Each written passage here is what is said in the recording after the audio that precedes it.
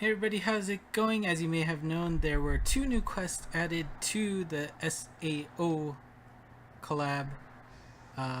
One of them is Yuki Zekken.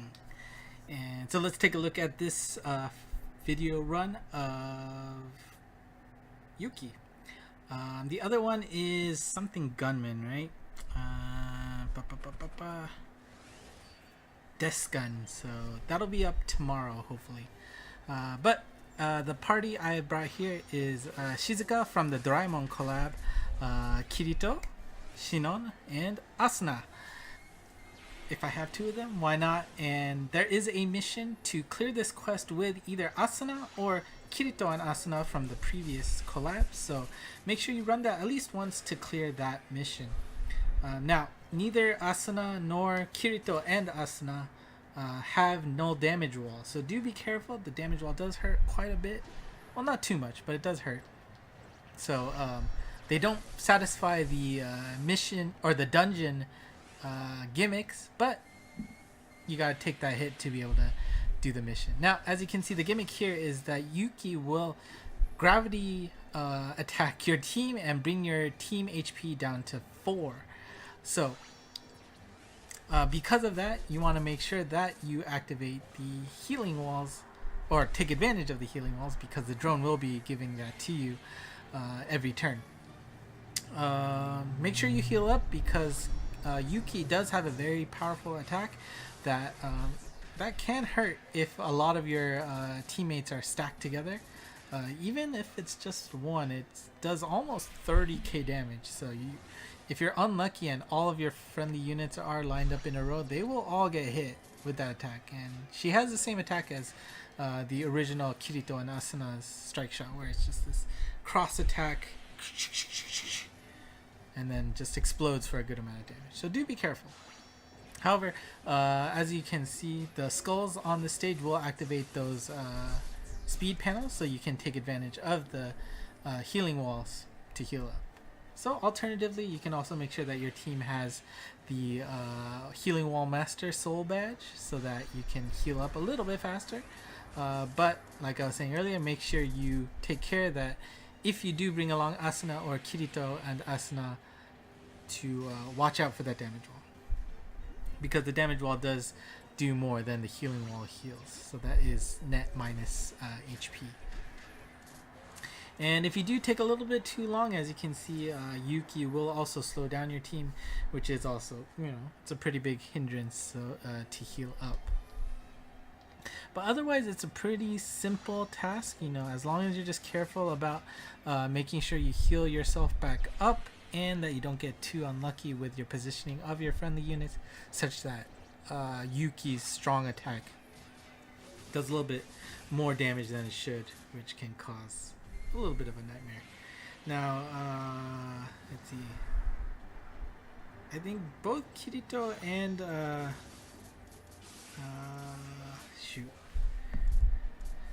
Shinon are great picks for this stage. Shinon's with her the bullet attack is very, very solid in making sure you whittle down all the monsters, because there are a lot, quite frankly, a lot of enemy units. Pretty cool cut-in, of course, and I'm sure those of you who do love the SAO series will appreciate it more than I do, but always like those cut-ins, makes the collab just that more, they actually put effort into it, right? It's pretty cool. But I mean, the steps to clear the stage are exactly the same. Make sure you take advantage of the healing walls as soon as possible. Clear out those minions so that you don't get ability locked, because again, you don't want to have to worry about the damage walls more than you have to already. As for if you're not gonna bring a gimmick team, somebody like Lucy is of course super great in this stage. I mean, the barrier itself will help tank a lot of the damage, and yeah, it's a pretty easy quest.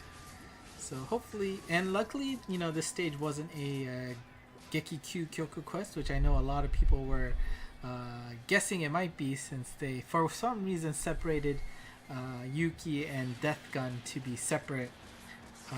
Nope, there's that strong attack I was talking about. But for some reason, they separated out to add, say, hey, we're adding these later on in the week, and I'm not exactly sure why. I mean, it's not like you want to do Gekikyu Kyoku Quest, right? Because they are usually a pain in the butt. However, in return for them being a pain in the butt, their stats are usually pretty darn good. For example, Meruem is probably still one of the strongest collab units ever as a drop monster. And, not only is he great as a max luck monster, but as a standard monster, he still gets used in a lot of places. But I mean, we'll see how Yuki or Death Gun comes out. Death Gun has an interesting skill set. I guess we'll go over that when he drops later tonight. For at the very least, I will max luck Yuki. We'll see if I do anybody else. I mean, as you know, I was in Japan for a week or so, so I really wasn't able to do any of the previous quests, in the last week. So we'll see, but it'll probably be just Yuki and maybe Heathcliff, just because it's a easy direct drop quest. Alright, so we're off to the last stage. I mean, the steps are pretty clear, so I think you guys can handle it. Just try to get rid of the homing absorbers so that you can activate the speed panels. They're actually blocking the speed panels on this stage, so making sure you kill them off is going to be fairly important.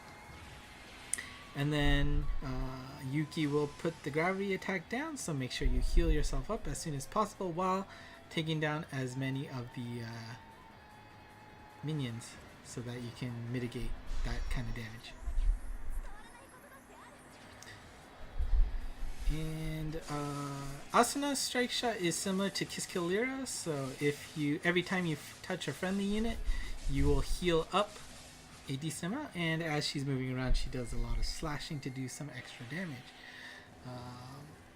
Decent healing. Again, she doesn't have damage wall, so she did suffer a little bit of damage, unless her strike shot nulled it. I'm not sure.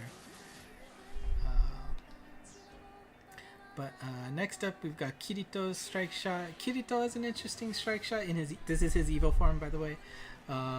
He'll speed up, power up, and then he will do a special attack to the nearest enemy to him. So if you can position him correctly, you can deal a lot of damage to the boss.